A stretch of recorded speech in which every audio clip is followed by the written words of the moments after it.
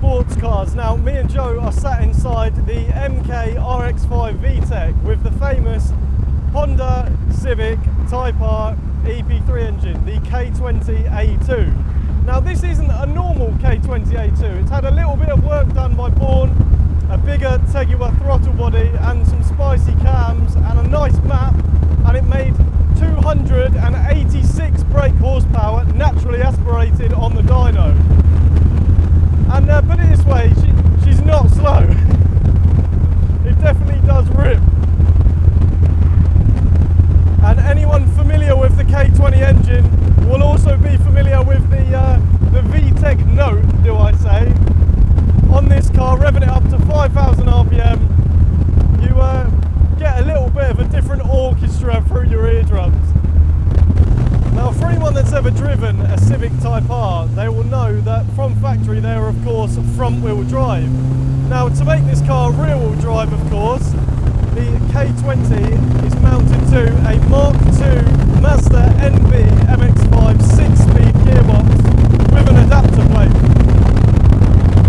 And it really does open the engine up to a completely different driving experience, being the fact that this car weighs about 560 kilograms and of course being rear wheel drive.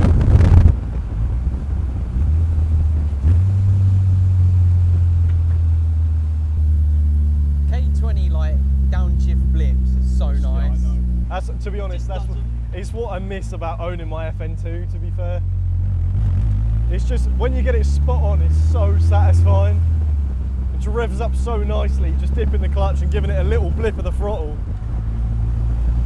Slots lovely into the next gear. Me and Joe were just saying earlier on, I'm not sure whether you can hear because of the wind noise.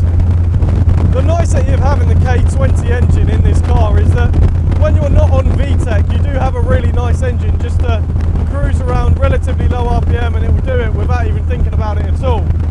But when you do want to get it up to speed and you unlock all of the acceleration up to 8,500 RPM, it definitely isn't shy.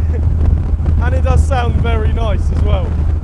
I think the crossover will always have a space in a lot of car enthusiasts' heart, being just an iconic feeling, an iconic sound, and overall just an iconic engine. To go along with an iconic engine, this car does look the part as well. I mean, the Golf Blue bodywork, carbon dash, just a very, very clean dash setup with some analog dials. You've got fuel over on my side, water temp and oil pressure. You've got some buttons in the middle for your lights and your window wipers on there as well, and of course your warning lights, and you've got a nice USB charging point in the middle here as well. Just keeping it nice and clean, nice and analog, with the black dials for speed and RPM as well, and a little bell and whistle added on with the freewheel, the 4-button freewheel with your indicators, your light, and of course your horn button on there for those little road rage moments, which are definitely not too rare when you drive in England. The amount of power you can squeeze out of these K20 engines with not all too much work though is quite ridiculous. It's the thing though, efficiency is the key.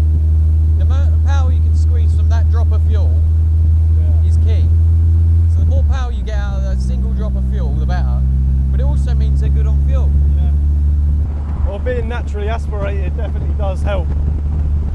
And pushing 286 brake horsepower with a set of cams and a bigger throttle body, I mean, you're not substituting much in terms of the fact that you're not adding forced induction. So as you say, you're not dumping loads of fuel into the engine, you're not rinsing through fuel, especially obviously on a car like this. You have got a 33 litre tank, so it's a little bit smaller than your conventional everyday road car, so to speak.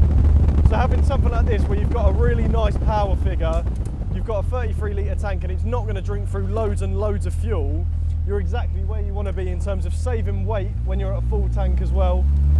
So you've got a lightweight, high power car that you really can send around the track. Obviously, being naturally aspirated, you don't have to worry all too much about temperature, what you would if you had a turbo bolted on the side of it as well.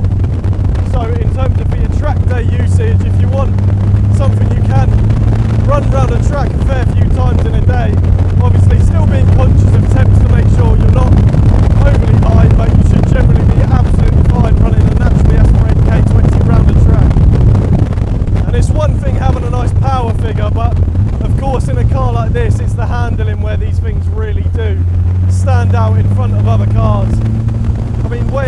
560 kilo, being relatively low to the ground. I'm not going to talk about the aerodynamics because I've seen house bricks with better aerodynamics than these cars, but if you haven't been in one of these things going around the corner at speed, you will be very pleasantly surprised at how well they can take a corner. And it really does make you rethink when you go out on tracks and you're used to taking corners at specific speeds in other cars that you may have owned and taken on track days before.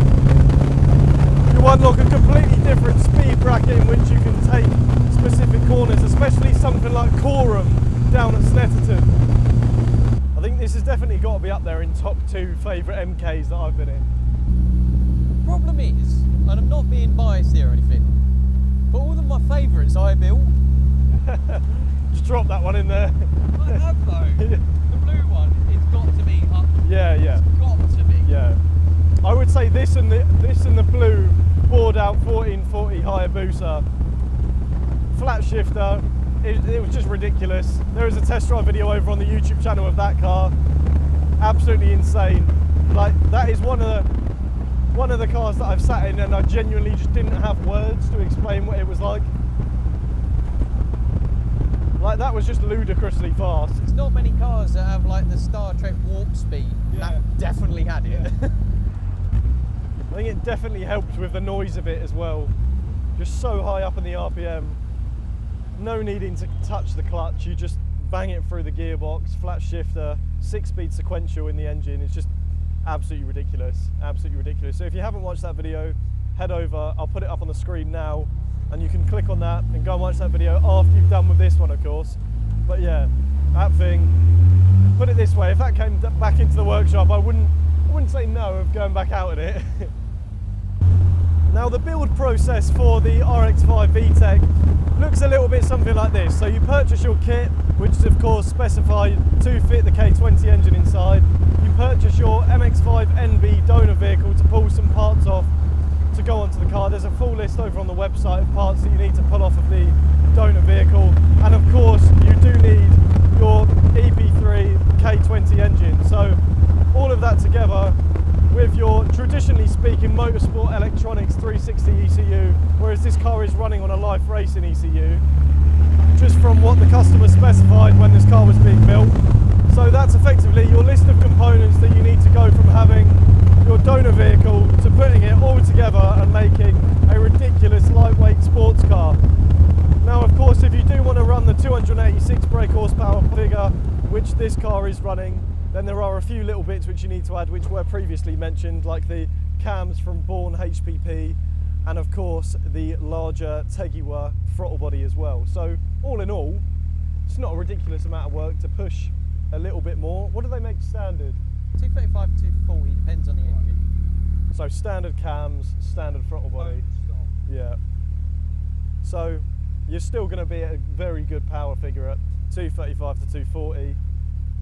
But of course, yeah, it's very true. So if you want something very similar power but naturally aspirated, then the K20 might be the option for you.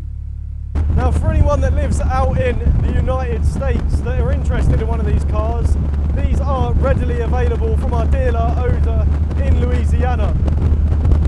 And if you're worried about the readily availability of the K20 engine, do not worry, because this does also accommodate for the K24, which is over in America a lot easier to get hold of, and a lot of our customers tend to go down that route because they're a lot easier to find and tend to be a little bit cheaper to buy as well.